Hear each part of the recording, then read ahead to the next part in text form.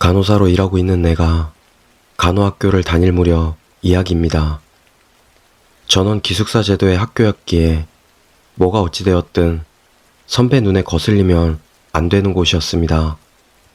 매년 여름마다 2학년이 주최하고 1학년이 받게 되는 담력시험이 있었습니다. 해부실과 표본실, 영안실을 순서대로 도는 거죠. 각 방에는 미리 이름을 적은 종이를 놓아두기에 그걸 가져와서 마지막 결승점에서 기다리는 선배들에게 보여주는 겁니다. 나도 1학년 때는 호되게 당했었죠.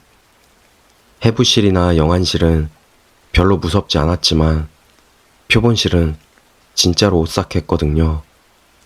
오래된 병원이었기에 온몸이 통째로 포르말린 속에 담긴 남성과 여성이 한 구씩 있었고 기형 하나 반으로 잘린 태아 시체도 있었습니다. 실은 매년 조금 눈에 띄는 1학년이 있으면 그 한 명만 이름이 적힌 종이를 만들지 않는 나쁜 전통이 있었습니다. 우리 학년에서는 머리도 좋고 얼굴도 예뻤던 K가 그 대상이 되었죠. K는 아무것도 모른 채 표본실에 들어가 이름이 적힌 종이를 찾았습니다. 하지만 찾을 수 있을 리 없죠. 어쩔 수 없이 영안실에 갔다가 2장만 들고 결승점으로 갔답니다. 당연히 선배들한테서는 온갖 잔소리가 쏟아졌죠. 끝내 화가 난 K는 그 자리에서 종이를 북북 찢어버리고 자기 방으로 돌아가려 했습니다. 하지만 선배들이 앞을 막아섰고 끝내 표본실에 갇혀버렸다고 합니다. 늦은 밤 순찰을 돌던 경비 아저씨가 발견해 열어줬지만 이 사건이 알려지면서 2학년들은 꾸지람을 받았죠. 그리고 2학년들은 K를 더 괴롭혀댔습니다. 결국 얼마 지나지 않아 K는 학교를 그만뒀습니다. 그런데 그 후 K를 눈의 가시처럼 여기던 선배 3명이 온몸에 발진이 나고 사고를 당하게 되었습니다. 가장 잘난 척하던 선배는 계단에서 떨어져 양 다리가 부러지는 지경에 이르렀고요. 1학년들 사이에서는 모두 K의 생명이 복수하고 있는 거라는 말이 자자하게 나돌았죠. 그런데 그 말이 장난이 아니었던 겁니다. K와 가장 사이가 좋던 S가 선배들의 머리카락이나 속옷을 K에게 건네주던 게 발각된 거죠. 진짜로 선배들이 사고를 당하는 걸 보자 무서워진 S가 사감과 상담하다 알려지게 됐습니다. 그래서 사감과 새 선배가 K네 집으로 사과를 하러 갔답니다. 하지만 K는 이전과는 달리 끔찍하게 야위어 눈만 퀭하니 치켜뜨고 있었다고 합니다. 그 다음 해부터 담력시험이 엄격하게 금지된 건 말할 것도 없죠.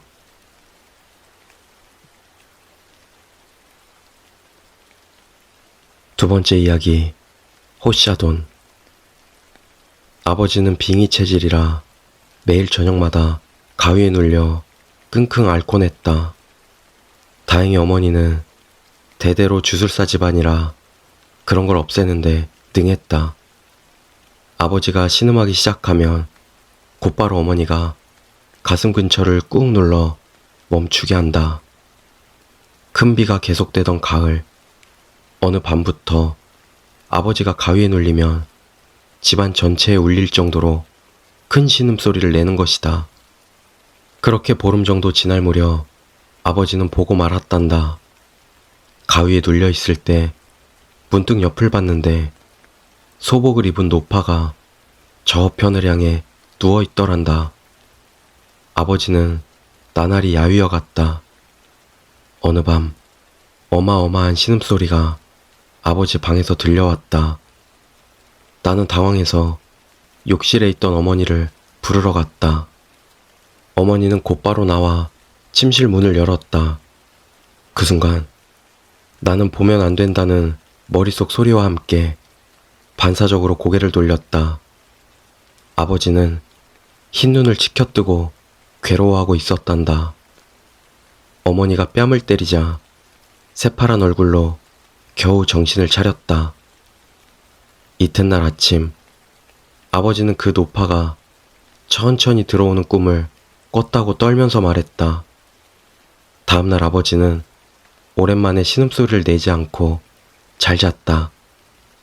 그러나 그 다음날 가장 큰 공포가 찾아왔다. 아버지는 자면서도 집안 전체의 모습이 보였다고 한다. 침실 밖에서 노파가 들어오려 하고 있었다고 했다. 곧이어 끔찍한 아버지의 절규가 울려 퍼졌다. 아무래도 이대로는 큰일 나겠다 싶어 어머니는 뭐든지 보인다는 용한 영능력자를 찾아갔다. 이 지방 말로 호샤돈이라고 부르는 사람이다. 그 사람은 확실히 아버지에게 노파가 씌여 있다며 그 노파의 이름을 말했다. 아버지는 그 이름을 알고 있었다.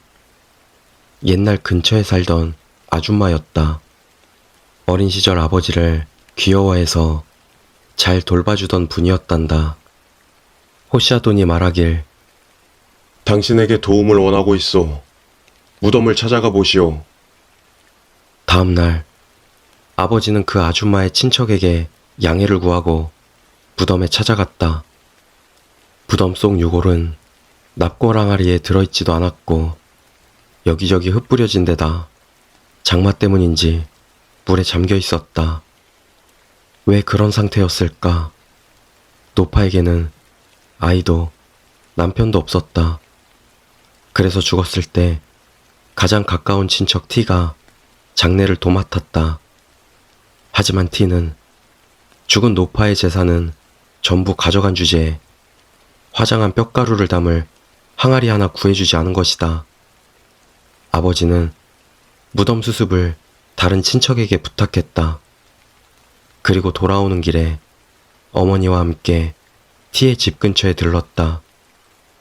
저를 원망하셔도 제가 해드릴 수 있는 게 없습니다. 찾아가려면 티한테 찾아가 주세요. 다음 날부터 아버지가 겪던 심령현상은 싹 사라졌다. 몇 달 뒤, 티는 뇌출혈로 쓰러져 반신불수가 됐다가 곧 세상을 떠났다. 우리 가족은 인과응보의 무서움을 곱씹으며 길었던 공포가 겨우 끝났다는 것에 안도했다.